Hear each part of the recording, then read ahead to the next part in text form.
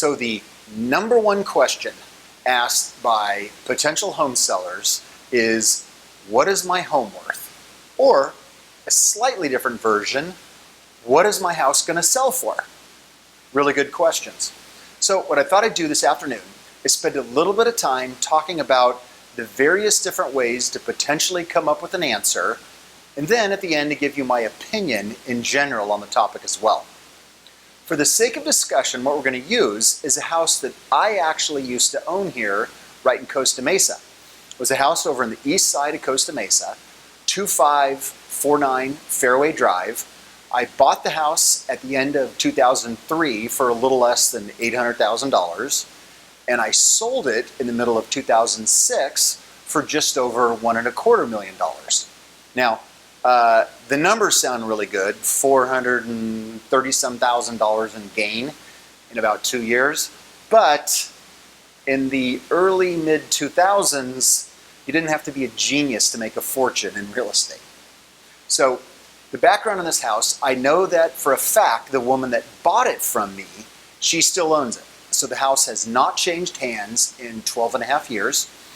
It's a 1,900 square foot house, 3-bedroom, 3-bath, built in the early 1950s, and it was remodeled in the early 2000s. So let's go to a couple of various different sites that people use and see what they have to say first of all. Let's first go to Zillow, as everyone does. Zillow gives two numbers. Their Zestimate is $946,843, but when you scroll down, they give a range of value between $900,000 and $994,000. Redfin shows $1,284,397. Realtor.com, $1,254,148. Remax shows $1,252,200. And PennyMac has $1.25 million. Now Chase, the bank, just gives a range of between $1,119,300 and $1,340,700. That's their range. If you average the two, I came up with $1,230,000. Bank of America also gives a range between $902,256 and $1,124,374. That's an average of $1,013,316. Eappraisal.com comes up with $999,074. And lastly, ForSaleByOwner.com has $754,667 with a range of $724,480 up to $784,853. So this is amazing. 9 different sites, and there is not one number that's the same.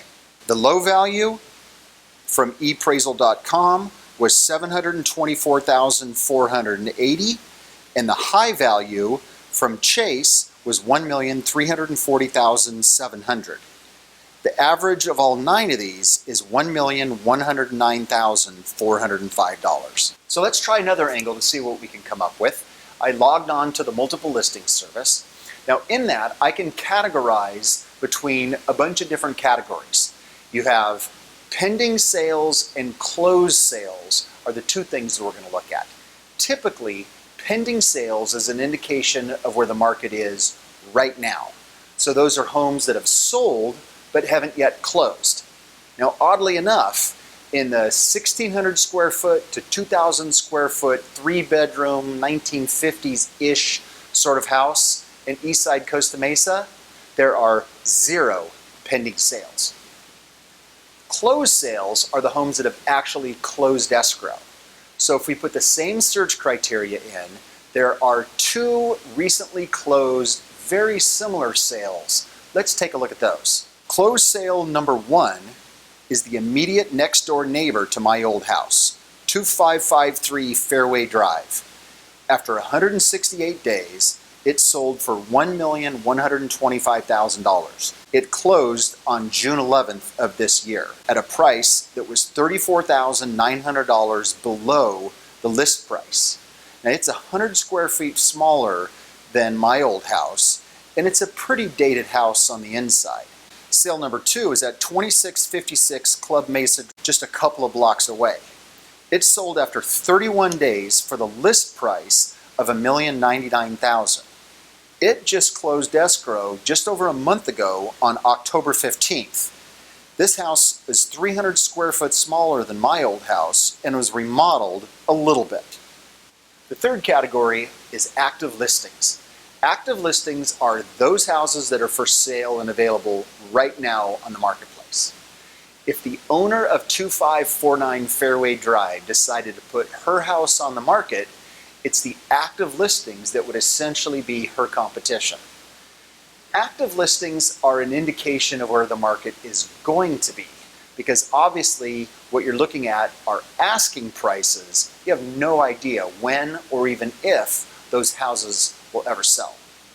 Now, Eastside Costa Mesa, as you may or may not be aware, is a little bit eclectic. There are brand new homes for sale. There are homes similar to the one that I used to own, built in the 1950s. There's multifamily homes, there's condos, there's a little bit of everything. But in that 1,600 square foot to 2,000 square foot, 3-bedroom, mid-century range, right now, there's one house available for sale. So let's take a look at that one and see if that gives us an idea of the potential value. 206 Fairway Place is just a block or so away from my old house on Fairway Drive. It's been on the market for 39 days. It's listed for $1,295,000, which is $100,000 less than the original asking price. It's 1,650 square feet and an absolutely gorgeous remodel. So, what's my old house worth today? What's it going to sell for? I think you have an idea that your guess, my guess, Zillow, eAppraisal's guess, the fellow that just drove down the street here, his guess, all those guesses are good. Nobody has any idea what that house is worth or what it's going to sell for.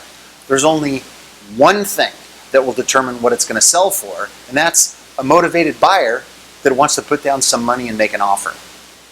If an agent comes into your house and tells you that he can get X number of dollars for that house, or an agent comes in and says, oh my gosh, I can get X number of dollars more than that fella, they're all making it up.